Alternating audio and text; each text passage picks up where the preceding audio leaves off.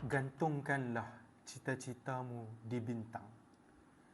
Bismillahirrahmanirrahim. Alhamdulillahirabbil wassalatu wassalamu ala Rasulillah wa ba'd. Assalamualaikum warahmatullahi wabarakatuh. Kita menyambung kembali dan mungkin ini adalah episod yang terakhir untuk pembedahan buku yang tengah aku bedah sekarang, iaitu Dari Lembah Cita-Cita, Pedoman Perjuangan Anak Muda, tulisan Hamka.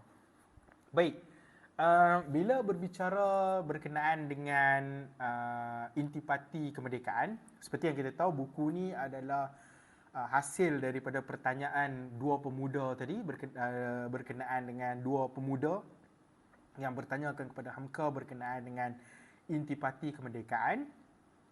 Penulis dia tidak lari daripada membicarakan soal cita-cita. Penulis dalam muka surat 70 dia menggambarkan bahawa perkataan cita-cita adalah sebuah bayangan yang sangat besar dan tinggi.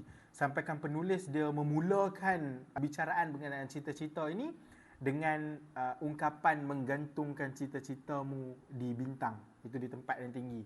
Di muka surat 70 juga penulis katakan, cita-cita mereka itu dijadikan kepercayaan yang teguh, dijadikan iman yang tidak bisa digoyangkan.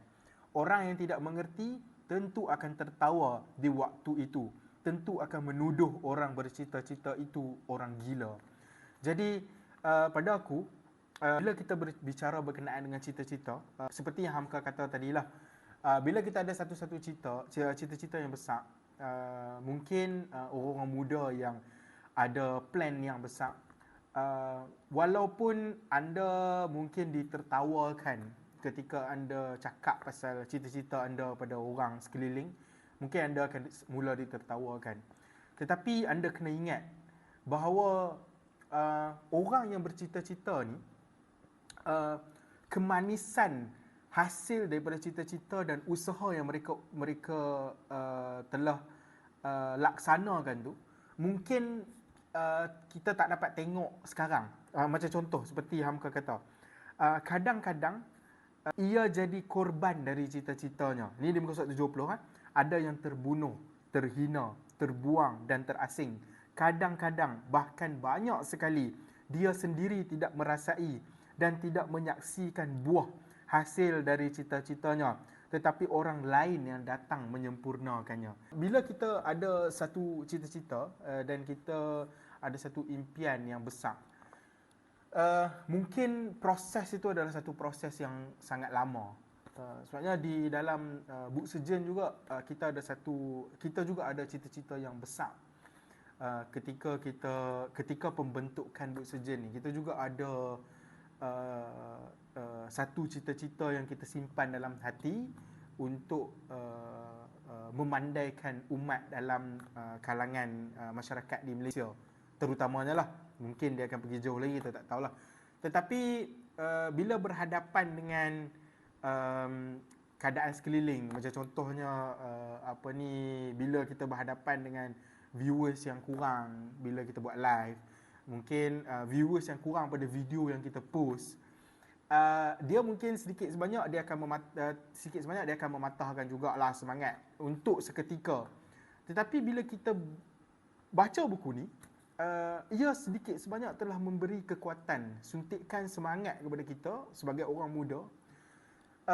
Bila kita nak memperjuangkan sesuatu, kalau dalam buku ni dia cerita pasal kemerdekaan lah, tapi kalau dalam kita nak memperjuangkan sesuatu, kita kena faham yang ia adalah satu jangka masa panjang dan mungkin kita tak dapat tengok hasil daripada usaha dan perjuangan kita tu sekarang. Macam mereka kata, ada yang terbunuh, terhina. Mungkin ia dirasai oleh orang yang datang seterusnya, orang lain yang datang untuk menyempurnakannya. Jadi kepada anda di luar sana yang sedang memperjuangkan sesuatu, teruskan, tetapkan semangat dalam hati anda, plan baik-baik strategi yang anda perlukan untuk mencapai cita-cita tu, dan teruskan. Mungkin satu hari nanti cita-cita anda akan terlaksana. Tak kira lah apa jua cita-cita anda, termasuklah kepada rakan-rakan yang nak berpoligami. Okey, baik. Dalam bab ini juga Hamka dia membawakan perbezaan. Okey, ini dia bawakan perbezaan yang sangat penting, iaitu perbezaan di antara cita-cita dan angan-angan. So bab poligami tadi tu, kawan-kawan yang dengar kena tanya baliklah, sama ada anda sekarang tengah bercita-cita ataupun berangan. Okey, baik, di muka surat 71 yang harus diingatkan bahawa ada perbezaan jauh antara cita-cita dan angan-angan. Cita-cita adalah buah pandangan yang timbul sesudah melihat barang yang nyata, walau bagaimanapun sukarnya, demi manfaat diri sendiri serta masyarakat. So itu adalah